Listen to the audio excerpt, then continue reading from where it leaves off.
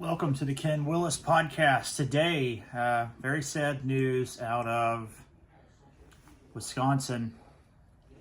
It looks like we have about anywhere from 6 to 9 injured students in a Christian school there where a shooting happened this morning. I think 3 have been declared deceased already. I think one of those also is the shooter. We don't really know anything about that yet. It just came out, and so I thought this might be a good time to do a episode on school security for Christian schools, private schools, homeschool co-ops, even any kind of daycare center. If you work in a daycare center, own a daycare center, your church ministry perhaps involves a daycare center, something like that. It's a sad thing that in this world we have to discuss that, but we do. I'm just going to get straight into it, and I'm not going to deal with a lot of fluff here. I just want to get straight into it. What do you do if someone comes to your school, comes to your any kind of daycare place like that? What do you do when you have little children and there is someone who starts shooting? Typically, it's done with a gun. I mean, obviously, yes, they can do it with a knife. They can do it with any other object, but a gun seems to be what these people do in these situations. They come in, and a lot of times, I don't want to get into the motives. A lot of it, it could be just bullying. It could be just they have a beef with someone. On the rare, sometimes you'll have just a psychopath who decides, hey, I'm going to go be famous today, and I'm going to come in and do this, whatever. It may be someone completely unrelated to that ministry or school, and they just walk in and say, you know what, I'm going to go shoot up a school today. Unfortunately, evil like that exists. So what do you do when that happens? Well, the first thing you can do is prepare before it happens, okay? So the best thing you can do is make sure that your staff or your employees or volunteers, whatever your case may be, school, daycare, children's ministry, whatever, make sure that they are trained. You have training in how to render first aid. Make sure that you have first aid kits. You have medical, and I don't mean just band. I mean you need tourniquets. You need chest seals. You need gauze. You need to know how to use those things. Everyone in the school who works there should know how. I'm just going to say school, so I don't have to keep giving all the other possibilities here too. Every teacher, every staff member should know how to apply a tourniquet, how to put a chest seal on, how to apply gauze, how to wrap a wound, apply a well, they call them combat bandages, but that's a really good thing to get. You can do, they're not that expensive. You can order them in bulk, and the Israelis make some really good ones too, and you can get them pretty cheap on Amazon. You can get tons of tourniquets. These are things everyone should know how to use. And those things can save lives even after the shooter is neutralized, which we'll talk about in a minute a little bit. What do you do when you've got people that are shot, bleeding profusely, and maybe you're in a really nice spot where the ambulance and the EMS police are really close. That's great. But what if you're not, okay? You've got to do something to stop that bleeding, and a tourniquet is one of the things that's going to do that. All right. Obviously, I'm looking at a massive document with all kind of scenarios in it and information, so I'm going to pick and choose some things here. Main thing to do: make sure your school or whatever building it is has good reinforced doors. Make sure that you have a way that the criminal can't just walk right in. Make sure those doors stay locked. Make sure there's a very strict policy on how and when those doors open. Make sure, if you can, that there's some kind of system that will automatically lock every door. Make sure that doors aren't left ajar. If kids are going out to recess or out to play, make sure your staff is religiously checking to physically close those doors. The easiest way to prevent something like this is obviously not to let them inside. Once they're inside, it's a really horrific situation. No matter, even if you have armed guards there, it's still going to be a nightmare. Make sure you have a good intercom system that can reach everyone inside and tell them, hey, there's something going on. Everyone needs to lock down in place. Have a really good lockdown procedure and actually practice it. This is something, even in places that have been 100% open to it that I've worked in, no one ever practices a lockdown situation. They have no idea what's going to happen if they ever went into a lockdown. And this is so important, and it takes literally 5 minutes to go over this, and you could save a lot of lives, because if the kids don't know what to do, you don't want all the kids bunching up in one little section of the room. You don't want all the kids sitting in front of the door during this. You want the kids to spread out, to get low, try to stay, and they need to understand the importance of staying quiet. If one person makes noise, it's going to put the entire classroom in jeopardy. You can get wedges for the doors. You can get really fancy automated locks that actually hard lock down into the floor like a bolt, and only the fire department can unlock them. I worked in a school that had that. That was awesome. That was great. I've worked in schools that had no anything, okay, and they had no plan. They had no desire to have a plan, and that was a nightmare, because just to think about, we don't like to do it, but you have to think like these evil people think, and you can't just say, well, we'll just cross our hands and hope and pray and everything goes well. Okay, but you have a responsibility to protect the children. You have a responsibility to defend life. I have no idea what happened there in Wisconsin today, so I am not even going to comment. I have no idea if they had armed teachers or if they had, I have no idea. That'll come out later. And, either way, you need to have armed staff that are there. If you don't have a gun in the hands of a good guy or good person, that bad guy, if he gets in there, he's going to continue doing whatever he wants until his ammunition runs out. And that's just the brutal reality of it. If he comes in there with a Glock 19 with a 30-round magazine, he is going to shoot 30 times until somebody stops him. And if he has extra magazines, that could, in just a few seconds, just in one hand, he could hold 2 mags and have a total of 90 rounds of ammunition in his hands. Okay, and so it is up to us, the sheepdog of our kids. We have to guard our kids. We have to guard the children. The police, as wonderful as they are, cannot protect you. They can arrive once something has been done and reported. So the police respond to something that has already taken place and been reported. If no one is even able to report it, this could go even worse. And I don't want to scare anyone, but it is so deadly dangerous how fast something can go down. And by the time it actually gets to the police, 10, 20 people can already be dead. So thinking, well, the police are going to save me.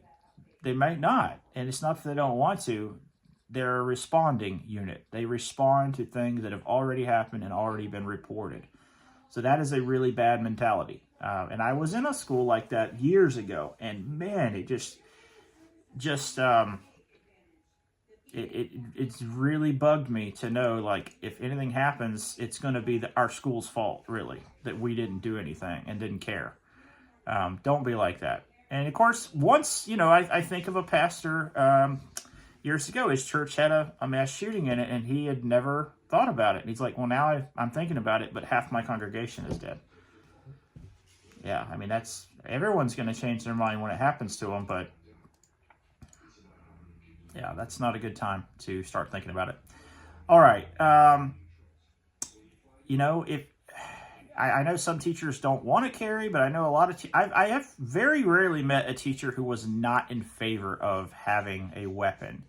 And of course, having training with it. You don't want people, you need training. Even if it is open carry in South Carolina, you need to train with that weapon. You need to know, and your school needs to know you know how to use it. And this needs to be a demonstration that you are proficient with it. Otherwise, you're just going to hurt yourself, or you're going to end up, heaven forbid, injuring someone that doesn't need to be injured. There does need to be trained staff there, and however you want to do that, whether it's, whether you want the staff themselves being, the teachers themselves being armed, or you want a dedicated security. One of the schools I worked in, I was already on the church security team, and so when I was the teacher there, I just did double duty, and it was a perfect setup.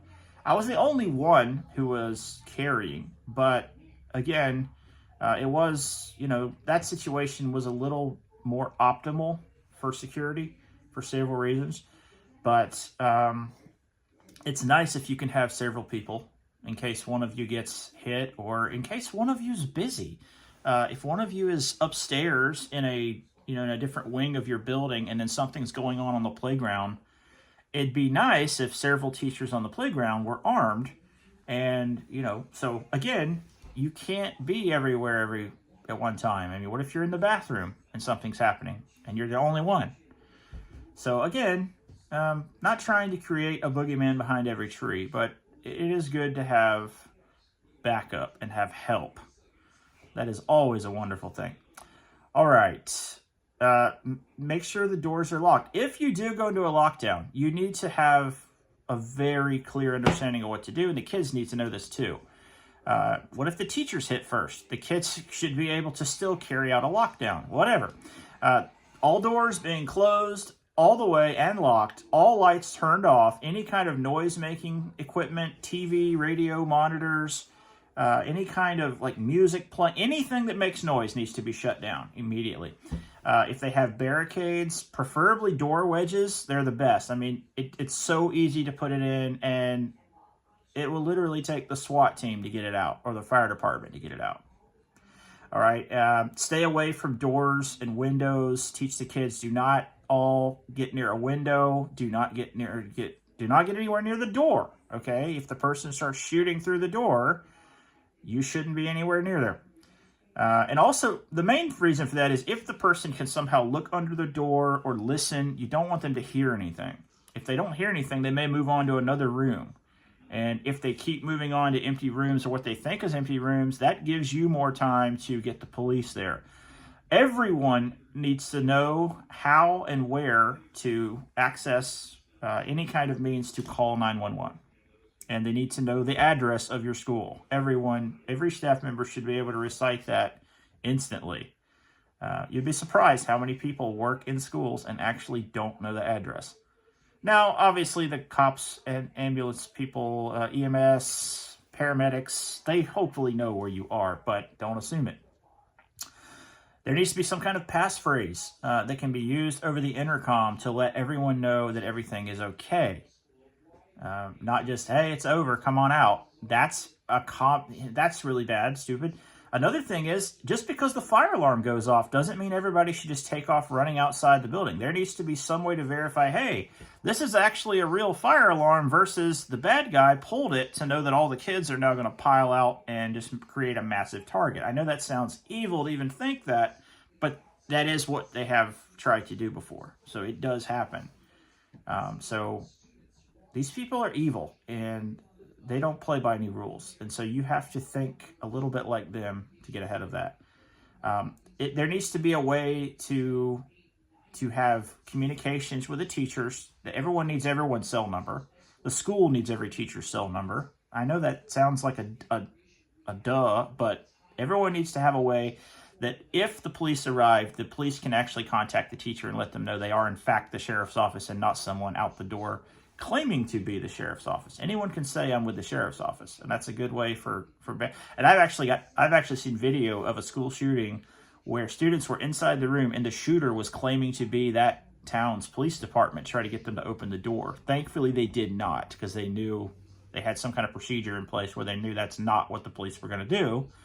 And I mean, contact the sheriff's office of your town or whatever. Have the police come out and walk through your school with you and give you information, give you ideas, help.